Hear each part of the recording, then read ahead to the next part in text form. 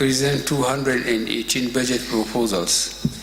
Before presenting the budget, let me thank all of you distinguished and honorable members of the National Assembly, and indeed all Nigerians, for your support and prayers for my full recovery while I was on medical vacation.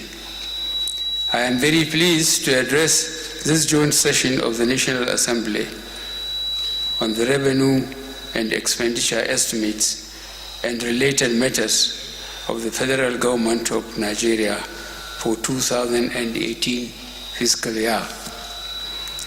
The 2018 budget will consolidate on the achievements of previous budgets and deliver on Nigeria's economic recovery and growth plan 2018 to 2020. 2017 so far has been a year of uncertainty on many fronts across the world, whether it is Brexit, the crisis in Korean Peninsula, or indeed the political uncertainty in key oil-producing nations of the Middle East and South America.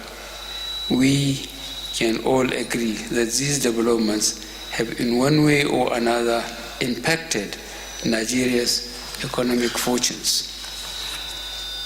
By all accounts, 2018 is expected to be a year of better outcomes. The tepid economic recovery is expected to pick up pace, and the global political terrain is expected to stabilize. The International Monetary Fund is anticipating global GDP growth of 3.7% in 2018.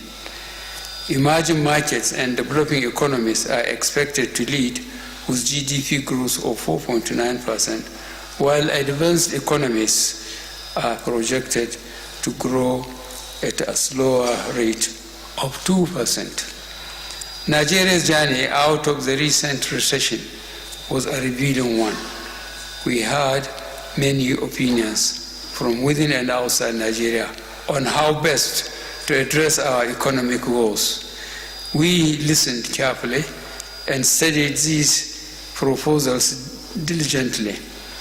Our belief has always been that the quickest and easiest solution may not necessarily be the best solution for a nation as diverse as ours. We took our time to create a balanced and equitable response, keeping in mind that only tailored Nigerian solutions can fix Nigeria's unique problems.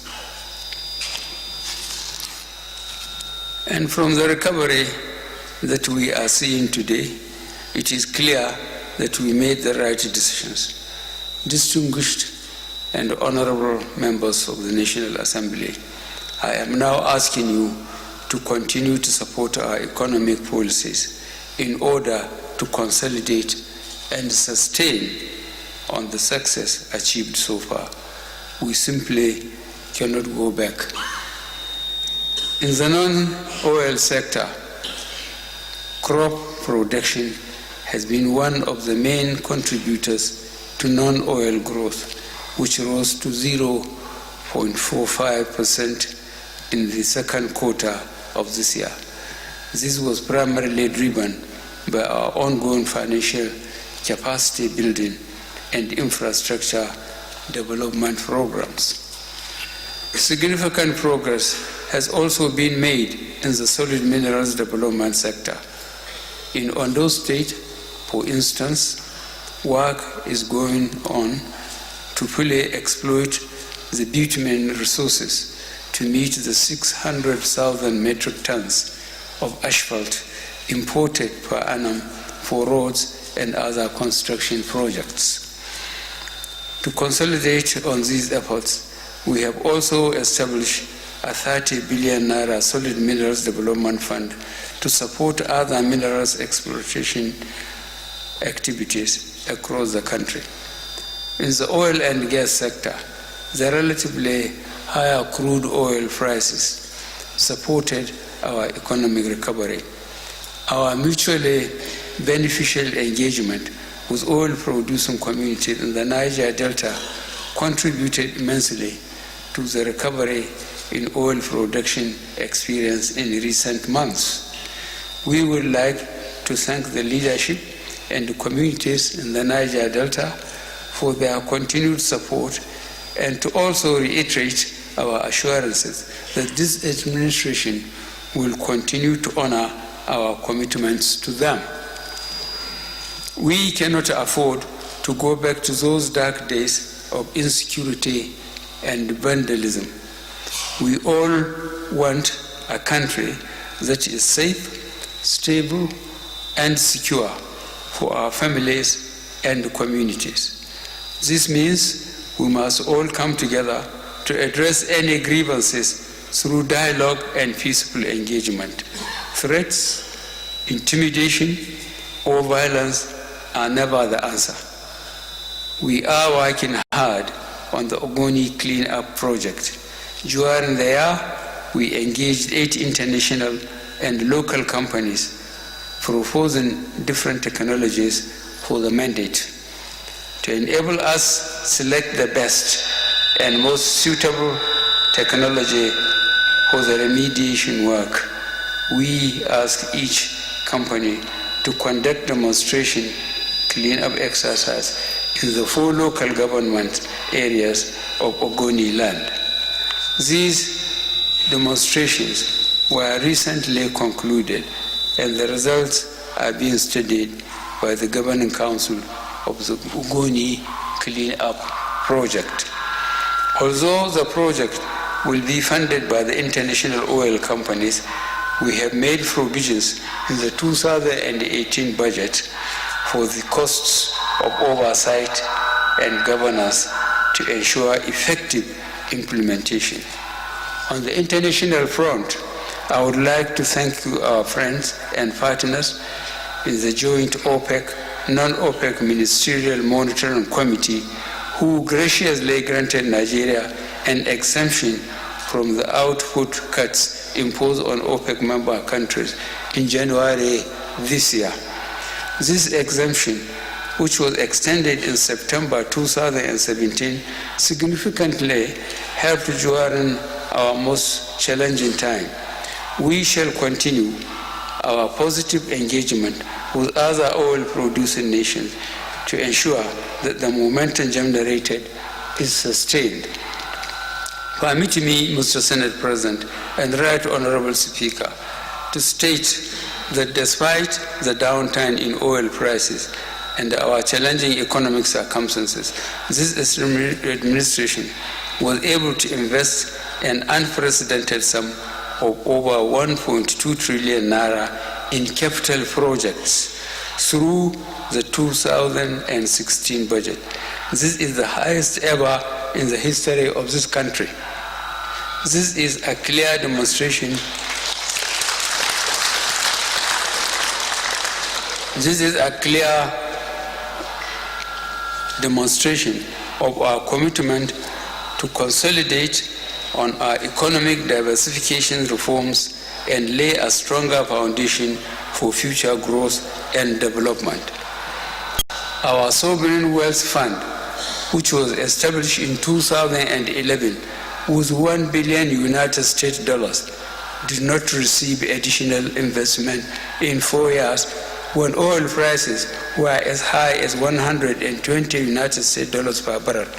However, despite record low oil prices, this administration was able to invest an additional 500 million United dollars in the fund. This further demonstrates that in our struggle to have a stable and secure nation today, we have not and will not lose sight of the need to lay a solid foundation for the future prosperity of successive generations. We have asked the Sovereign Wealth Fund to look inward and invest locally. Some of the successes we are seeing today in the agricultural sector are driven by this new investment approach by the Nigerian Sovereign Investment Authority. The Nigerian Sovereign Investment Authority also has a very strong pipeline of local investments that will support our inclusive and diversified economic growth plan. Stability has been restored to the foreign exchange market due to the intervention by the Central Bank of Nigeria to improve access to liquidity, discourage currency speculation, and increase net foreign exchange inflows. As at the 30th of October 2017, our external reserves had increased to $34 billion United States dollars. This stability has supported our efforts to provide the enabling environment and interventions needed to empower micro, small, and medium-sized enterprises, investors, manufacturers, and exporters to sustain and, in some cases, grow their operations. Indeed, by the second quarter of 2017, exports significantly outpaced imports, resulting in a trade surplus of 506.5 billion naira. One of the targets we set for gauging our progress in creating an enabling environment for business was to achieve a positive movement in the World Ease of Doing Business Index. You will recall Nigeria experienced a decade-long decline in their ranking in 2008. Nigeria was ranked 120th. By 2015, our situation had deteriorated to 169th of the 189 countries surveyed. Our very simple, logical, and user-friendly reform are reversing this trend. A recently released World Bank Business Ranking report announced that Nigeria has moved 24 places to 145th position in 2017.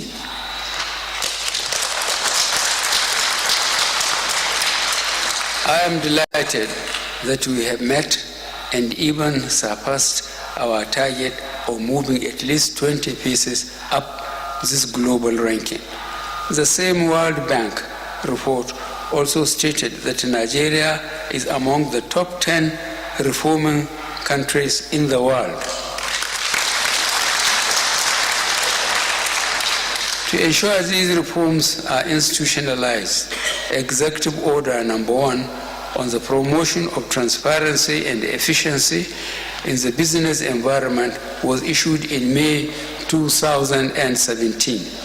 The order contained measures that ease the process of business registration. Excellency, on behalf of my colleagues, distinguished senators of the Federal Republic of Nigeria, and honorable members of the House of Representatives, I welcome you and the members of your executive team to this joint session of the National Assembly.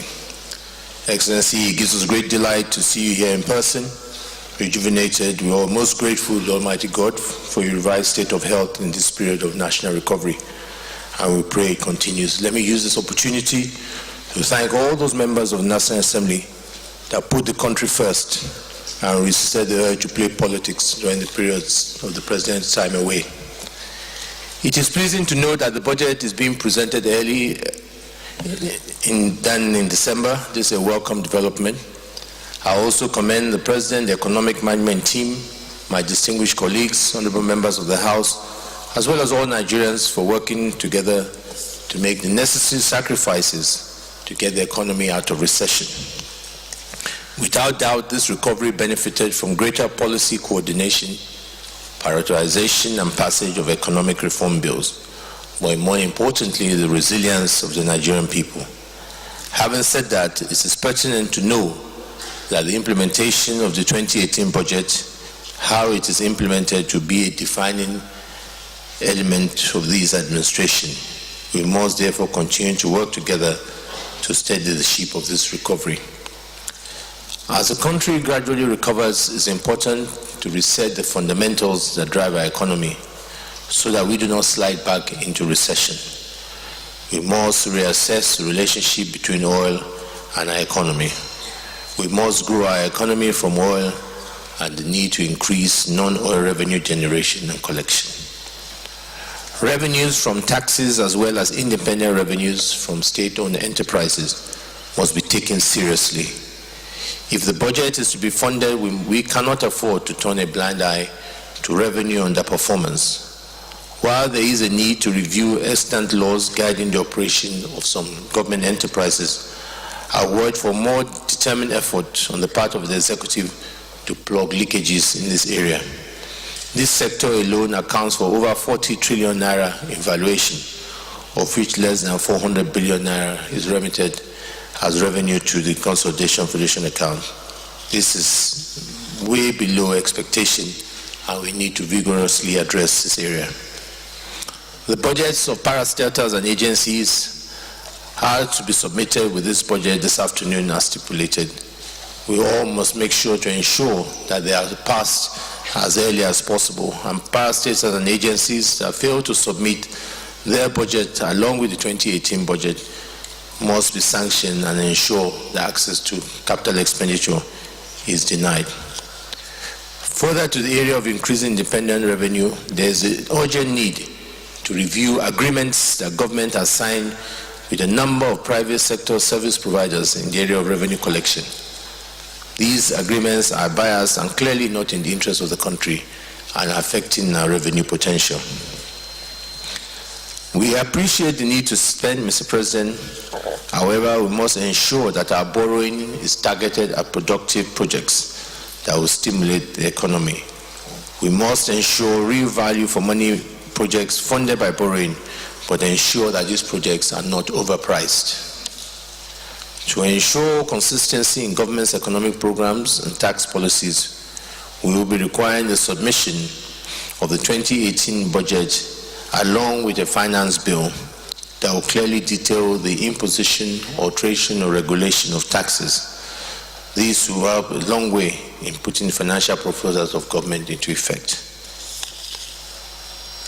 Looking around today, we see that many of our undergraduates are apprehensive about. But this ceremony is clearly defined, and that is to deliver the vote of thanks, and I will do that without wasting our time. Therefore, permit me, on behalf of the National Assembly, to formally and specifically thank Mr. President, the Commander-in-Chief of the Nigerian Armed Forces, for competently and graciously fulfilling his constitutional obligation of presenting the estimates of receipts and expenditure proposed for the next financial year for the Federal Republic of Nigeria to the National Assembly. I recognize that the Constitution in Section 5 vests executive authority of the Federation in Mr. President, but with an admonition to carry out this function in consultation with the Vice President and his cabinet.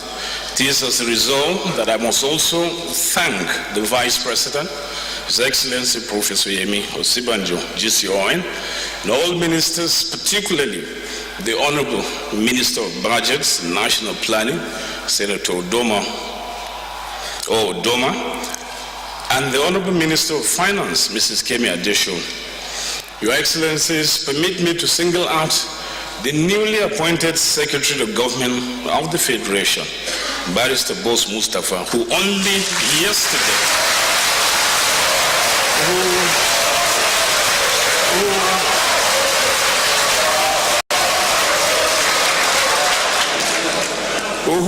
yesterday, in an unprecedented move, visited the leadership of both houses of the National Assembly to canvass support for government policies and to strengthen the often strained executive-legislative relations. I kind of wonder between him and Mr. President, who is a better lobbyist. When the President wanted to lobby us, he offered us a sumptuous dinner, but in his own case, we had to do the reverse, to offer him a sumptuous lunch for him to lobby us. Well, the judgment is yours. Let me also extend our special thanks to all heads of MDS here present, service chiefs, leaders of political parties, most especially Chief John Oyegun, chairman of the ruling APC, captains of industry, and distinguished elder statesmen and personalities that have all gathered here to witness this epoch-making event.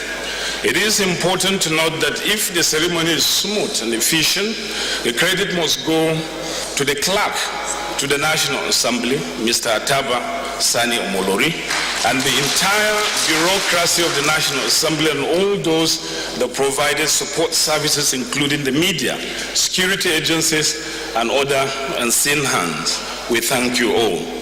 To our colleagues, members of the Senate and House of Representatives, I salute your patriotism and sense of national purpose in providing the peaceful, enabling environment for Mr. President to deliver his budget address.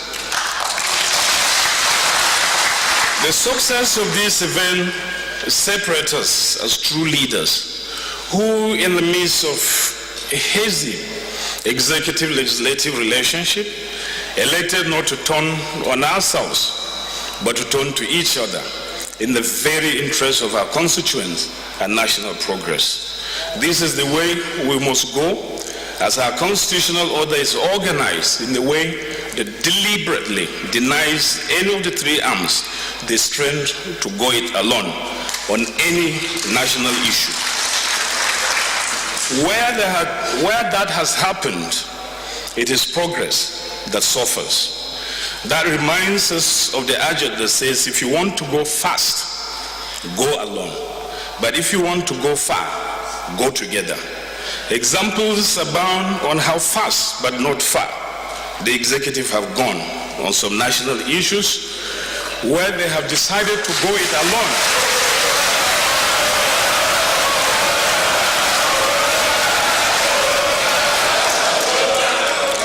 I therefore make bold to say that there's no national challenge that we cannot overcome if we work together. Crave your indulgence to allow me to congratulate Mr. President for honoring the provisions of the 2016 Appropriation Act, which required the budget to last for 12 months in line with the provisions of Section 318 of the 1999 Constitution as amended, from May 2016, when it was assented to by Mr. President, to May 2017. This enabled the executive to report an accomplishment of over 5 trillion expenditure out of the 7.4 trillion budgeted for 2016, an unprecedented record by all standards, made possible only because the execution of the budget was allowed to last for 12 months. This is what the National Assembly has always called for, in line with the original intent of the framers of our Constitution.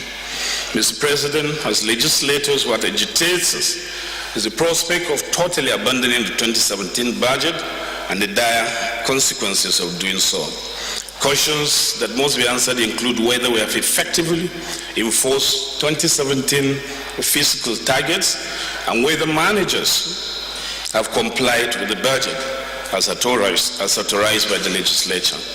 Our experience with the implementation of the 2016 budget amply demonstrates that obeying our appropriation laws maximizes the release of our potentials, while violating appropriation laws caps the release of our national potential.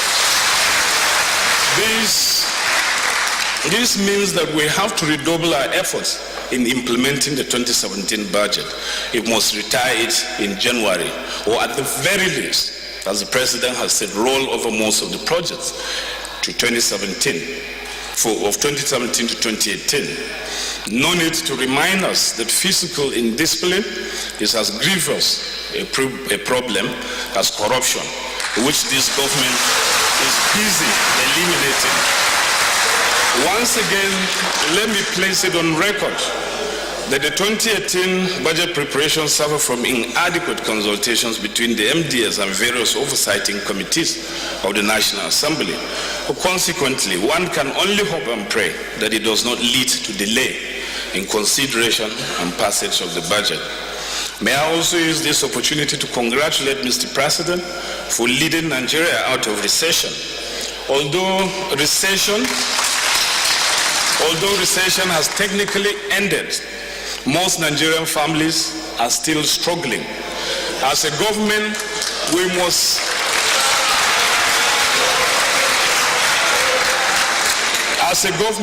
must do all within our powers to hasten their long nights of panic and fear into a glorious morning. We must never allow this nation to slide into recession, not now, not ever again. We cannot therefore discountenance policy consistency and synergy between all stakeholders if we must sustain economic growth and development going forward.